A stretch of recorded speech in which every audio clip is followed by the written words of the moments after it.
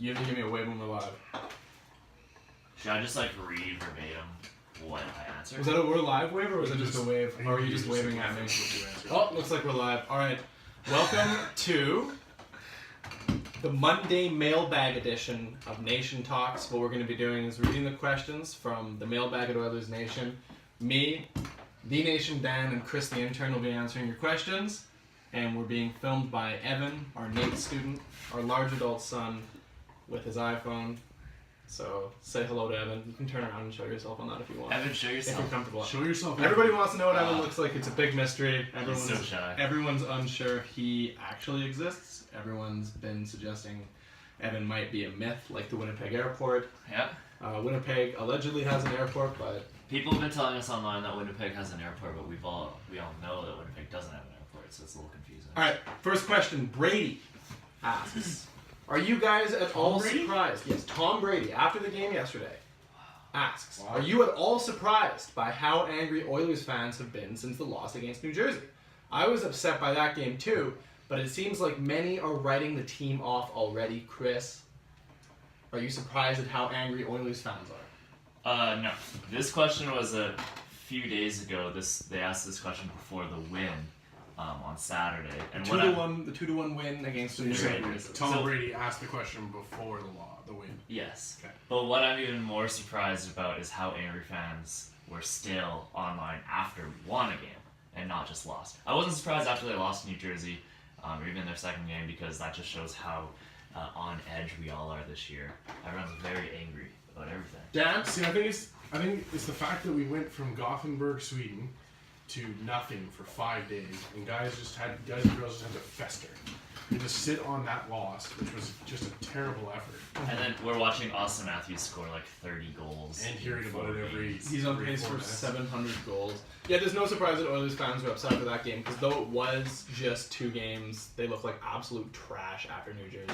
And everyone's anxious after last season. Everybody wants to see the team be better, but that showing in the first game, they looked way too much like the team from 2017-18. 100%. All right, second question. Taylor asks, at TSN, Ryan Rishaug reported that the Oilers allowed the NHL to keep them on the road after the European trip when most teams return immediately. What are your thoughts on that decision? Bold move. Bold strategy, Cotton. Very bold strategy. I don't mind it though. I think it's good. Like they're aiming for some team bonding experience, building some morale on the road. I don't like when they go over to Europe, it's usually like a team on the East Coast, so it makes sense for them to come home. But why not just let yourself acclimate to the time change a lot differently? Yeah. Like it took me a fucking week to get back into. You're still not back. Still not You back.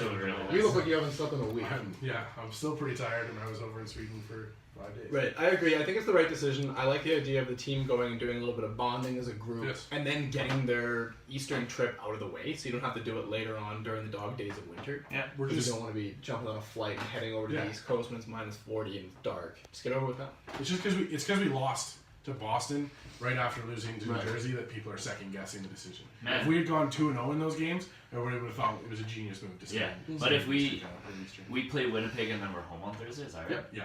If we come out 2-2 on this road trip, That's good. Yeah, we're laughing. That's great. Sweet. On to the third one. Brett asks. Brett! I was shocked. What's that? Bret Hart? Brett Hull. Oh, Bret Hart. Brett Hull. Brett Hull asks. I was shocked when I looked at the schedule and saw nothing but tough games coming up. With that in mind, what's your best guess as for when Mikko Koskinen gets his first start?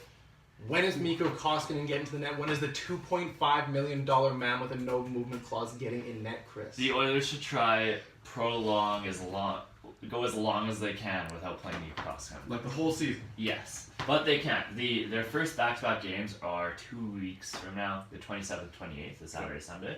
So I'm guessing it's going to be then when they absolutely have to. Yeah, I think so too.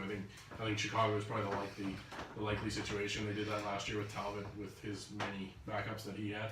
He only doesn't play in back-to-back games. I think if Koskinen has a better preseason, we might see him earlier. So if we're going with that, then we have Talbot playing Winnipeg on the 16th, then Boston on the 18th, then Nashville on the 20th, Pittsburgh on the 23rd, Washington on the 25th.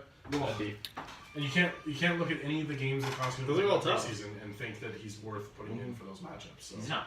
Yeah, no, I agree. The Chicago game on October 28th makes sense for Mikko Koskinen to make his first start since he played with the Islanders a decade ago.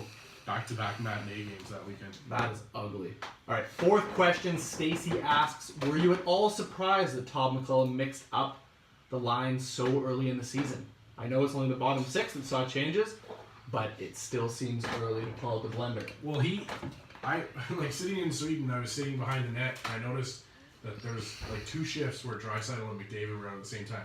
Now maybe that's a lot of line changing and maybe it's extra stretch of McDavid, but like I don't think that anybody that's watching Todd McLellan as a head coach for the last 2-3 years can be surprised by this anymore. He just instantly goes back to what he's comfortable with and what works, because McDavid and Draisaitl do work together. But you gotta let those guys work together. The Oilers requested in their exit interviews last year to not jump the lines as much, and he did on the first game. Yeah. Like that's going against what they requested, and it's just so early. Like just give it time, give everyone time to settle back into things.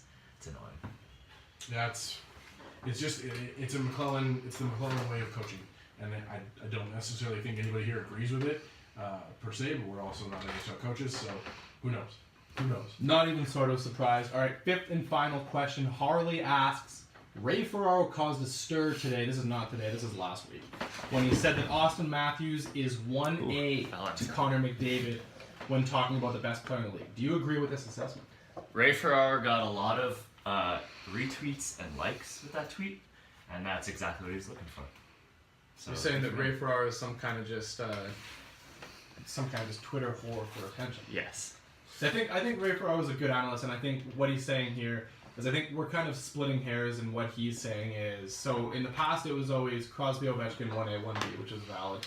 Now it's McDavid, Matthews, the top 2 players in the league. I don't think anybody actually thinks Matthews is better, but it's fair to keep him in that. And Oiler fans are getting rattled when people bring it up, so of course they're going to do it. I think his statement was more, and maybe I'm wrong on this, I think his statement was more the fact that Matthews is so much further ahead of everybody else behind him and he's closer to McDavid than that gap behind him. So it is what it is. I don't think there's anybody really even in Toronto that believes that Matthews is better than McDavid overall. Matthews, better scorer than McDavid.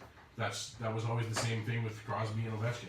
Do you value scoring, or do you value an all-around player? Yeah. And right now Matthews much better than McDavid statistically. It's just the way it is. But Matthews isn't going to maintain a 50% shooting percentage either. So. Yeah, I agree. I think at this point, every Leafs fan would take a 1-for-1 trade, McDavid for Matthews. Everyone would do that. But the reality is that by the end of this season, Austin Matthews will be the number 2 guy in the league. Yep. 100%. Yeah, he's on pace.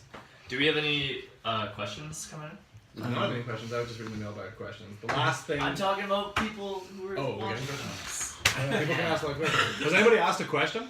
What kind of coffee is that? Very snake asked that. It's funny you asked that because for the first time in my life, I actually talked to the barista downstairs about the brew, and I can't remember what it's called. But it's from Little Brick. Good story, Chris. Great story. At least it's a Little Brick coffee and not somebody else's coffee. Not Like somebody Dunkin' Donuts or. My Dunkin' Donuts coffee here. Dunkin' Donuts, if you're interested in doing a sponsorship deal, I'm all in. The branding opportunities are never ending. They're going to be Dunkin' now, though. Yeah, they're dropping the donuts. Too bad we already have a coffee sponsor, and it's a Little Brick. Should Puliarvi be on Draisaitl's line? Yes. I mean, yes, at this point, Yamamoto hasn't proved himself No, yeah. as being worthy. Yamamoto's look good. Well, he's just so small. He gets He's tiny. pushed around. He gets The pushed Bruins around so game, he much. got pushed around real hard. Yeah. He's Didn't notice fast. him that much in the New York game. I don't know. It's tough to say. I mean, here we are. We're talking I know, about yeah, not I was doing just gonna line say jump. that. No, but and then put something together that really works and makes a lot of sense and just leave it for like 10 years. Like, I have a different idea, and I'd rather see Yamamoto and Puliarvi playing on McDavid's wings because I think he's better at making players better, and I want to stack a second line with Draisaitl and Nugent Hopkins. And then I want Lucic playing in a bottom 6 role where he and A bottom Tyra- 3 rule. No, I'm on kidding. the third line. He's done well. Like, if him and JJ can go around and just throw hits, then that'd be great. yeah, that'd be huge. If you took Lucic off of the line with Draisaitl, like it so clearly doesn't work, and just put him into a role where he can hit, it would be so much better. Who do you guys have for tomorrow? For what? Tomorrow's game against Winnipeg. Who's gonna win? Who do we have?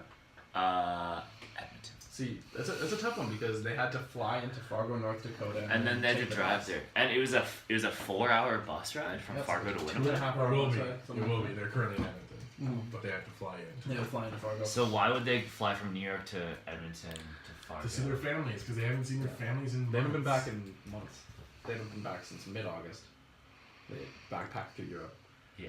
But anyways, I would say that the Oilers are going to take that game. It's going to be a tight and gritty one. I wouldn't be surprised if we went to overtime and Edmonton finishes their early season road trip 2-2, which would be Yeah, come home.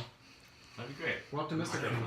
I think I'm going to be running. You going to go for a run? I think we'll be running after Tuesday night. Why? I think the Jets are just a really good team right now. But who's all not skating today? Bufflin's not skating today. Morrissey. Morrissey Truba. Truba. and Trouba. That is a nightmare blue line. Like, what does that make their number one D-man? Dmitry Kulikov? Yeah. What if they're all not playing? That's trash. I think they'll play. I think we lose the game. I think we come in against Boston's hungry. Why do you hate the Oilers so much? I don't hate the Oilers. I just realized that I'm going to be running a lot this year. All right. All right, we got anything else? Yeah. Should McDavid cut his hair? No, McDavid shouldn't. Who asked What? that? Who's? Come on. No, get out of the car. There's absolutely no reason for McDavid. That's to weird. cut his If hair. David cuts his hair, who buys the beers? Don't put that into the universe. No, nobody needs that. Yeah. All right, what else do we got? His hair's We got time for one more question if there's any more questions. Come on, Evan. Come on, Don't you let can us do it. down. Believe in yourself. Read. Trying to filter Someone through. help Evan and read. Are you guys excited to tear up Calgary? Yes. Yes. I'm Absolutely. excited you mentioned that because we have the nation road trip to Calgary on November the 17th. Yeah, coming yeah. up. We still have a few tickets available. It hasn't sold out as fast as it did last year, but we're getting close now. And yeah, Tickets are So we're taking a bus to Calgary with Backside Tours. If you go to backsideTours.ca or .com. I think if you just Google Backside Tours, look them up very quickly. BacksideTours.com. There you go.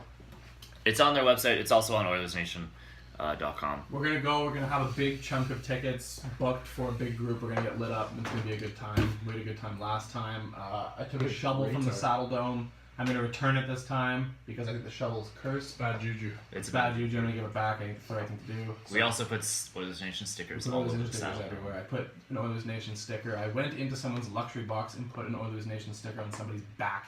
And I'll be doing something like that again this year. So if you want to come to Calgary with us, do it.